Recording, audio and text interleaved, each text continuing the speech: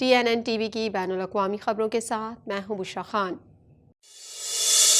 Canada نے Hamas کے حملے کی تحقیقات کے دوران فلسطینیوں کی خدمت کرنے والی اقوام متحدہ کی ایجنسی کے لیے امداد معطل کر دی۔ مزید جانیں گے اس رپورٹ میں۔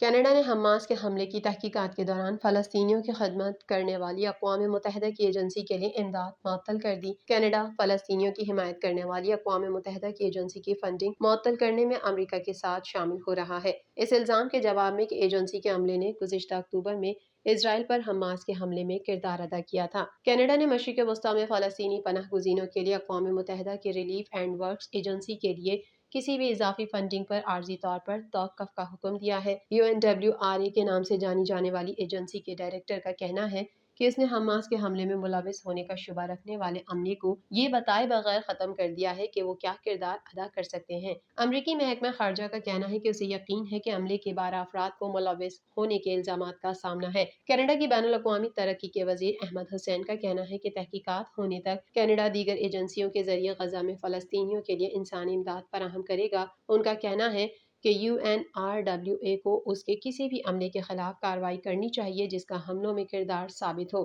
کینیڈا ان رپورٹس کو انتہائی سنجیدگی سے لے رہا ہے اور اس معاملے پر UNRWA اور دیگر عطیہ دہندگان کے ساتھ مل کر کام کر رہا ہے۔ اقوام متحدہ کے ادارے کا کہنا ہے کہ اسرائیل اور حماس کی جنگ کے دوران اس کے 153 عملے کی موت ہو چکی ہے اور تقریباً 13,000 عملہ اب بھی غزہ کی پٹی میں امداد پہنچانے کی کوشش کر رہا ہے۔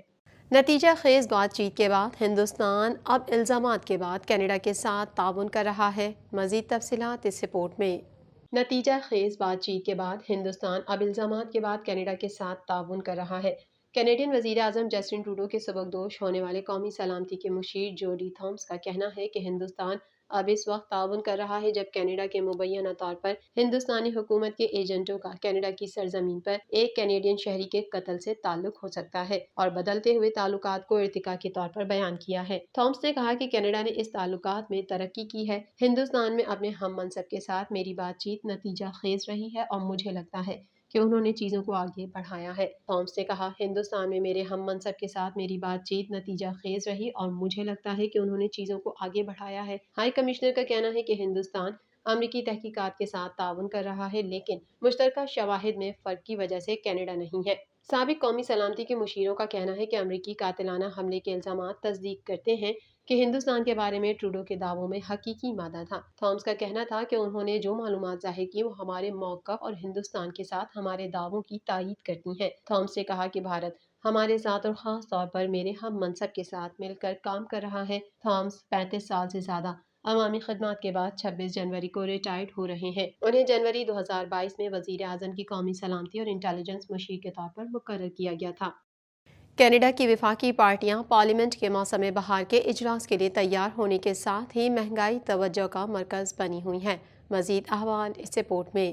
کینیڈا کی وفاقی پارٹیاں پارلیمنٹ کے موسم بہار کے اجلاس کے لیے تیار ہونے کے ساتھ ہی مہنگائی توجہ کا مرکز بنی ہوئی ہیں۔ کنزرویٹو اپوزیشن عوامی پولنگ میں مضبوط برتری برقرار رکھے ہے۔ کینیڈا کی وفاقی سیاسی جماعتیں ہاؤس آف کامنز کے ایک اور اجلاس کی تیاری کر رہی ہیں۔ کنزرویٹو رہنما پیئر پالیور کا کہنا ہے کہ یہ کوئی ایسا مسئلہ نہیں ہے جسے جسٹن ٹروڈو کی گود میں گرا دیا گیا ہو۔ یہ ایک ایسا مسئلہ ہے جو اس نے اپنے مہنگائی کے اخراجات سے پیدا کیا ہے اور مقامی بیوروکریسیوں کو مستقل طور پر بنا کر جو کہ گھر کی تعمیر کو روکتی ہیں۔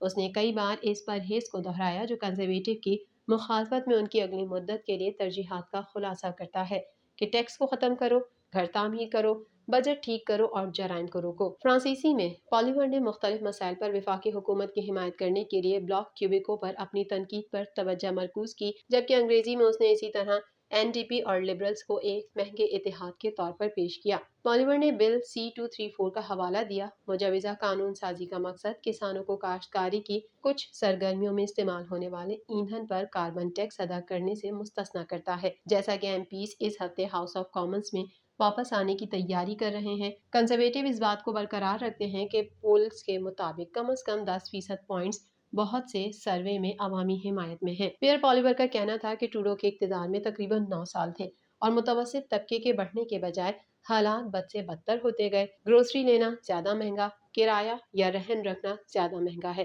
زندگی مشکل تر ہو گئی ہے، تنخواہیں نہیں ہیں، برقرار رکھا وہ رابطے سے باہر ہے۔ کینیڈین وزیر اعظم نے موسمیاتی تبدیلی پر حکومتی کارروائی اور دانتوں کی دیکھ بھال جیسے نئے پروگراموں پر روشنی ڈالی، جبکہ متنبہ کیا کہ کنزرویٹو حکومت کینیڈا کو انتہائی دائیں طرف لے جائے گی۔ اس نے خاص طور پر مٹھی بھر کنزرویٹو ایم پیز کا نام لے کر حوالہ دیا، جس کو اس نے کینیڈا کی اقدار سے بے تعلق قرار دیا۔ امریکہ کے صدر جو بائیڈن نے شام کے قریب ڈرون حملے میں ہلاک ہونے والے امریکی فوجیوں کا بدلہ لینے کا اعلان کیا ہے۔ مزید جانیں گے اس رپورٹ میں۔ امریکہ کے صدر جو بائیڈن نے شام کے قریب ڈرون حملے میں ہلاک ہونے والے امریکی فوجیوں کا بدلہ لینے کا اعلان کیا ہے۔ صدر جو بائیڈن نے ایک تقریب سے خطاب کرتے ہوئے کہا، مشرق وسطیٰ میں گزشتہ رات امریکہ کے لیے بہت سخت رہی۔ ہمارے 3 بہادر فوجی جان سے ہاتھ دھو بیٹھے۔ تینوں امریکی فوجیوں کی ہلاکت کا بدلہ لیا جائے گا۔ امریکی صدر کا مزید کہنا تھا کہ امریکی فوجیوں پر ڈرون حملے کے ذمہ داروں کے خلاف کارروائی اپنے منتخب کیے گئے وقت اور انداز سے کریں گے۔ امریکی فورسز پر حملوں کو برداشت نہیں کیا جائے گا اور اس طرح کے واقعات روکنے کے لیے تمام ضروری اقدامات کریں گے۔ شام کی سرحد کے قریب ڈرون حملے میں 3 امریکی فوجی مارے گئے تھے، جبکہ 8 زخمی ہوئے تھے۔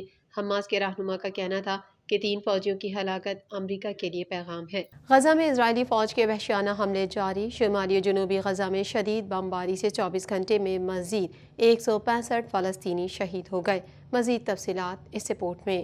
غزہ پر اسرائیل کے حملے تھم نہ سکے۔ 24 گھنٹوں میں مزید 165 فلسطینی شہید جبکہ 290 زخمی ہوئے، جس کے بعد 7 اکتوبر سے اب تک شہداء کی مجموعی تعداد 26,422 ہو گئی ہے، جبکہ 65,000 زخمی ہیں۔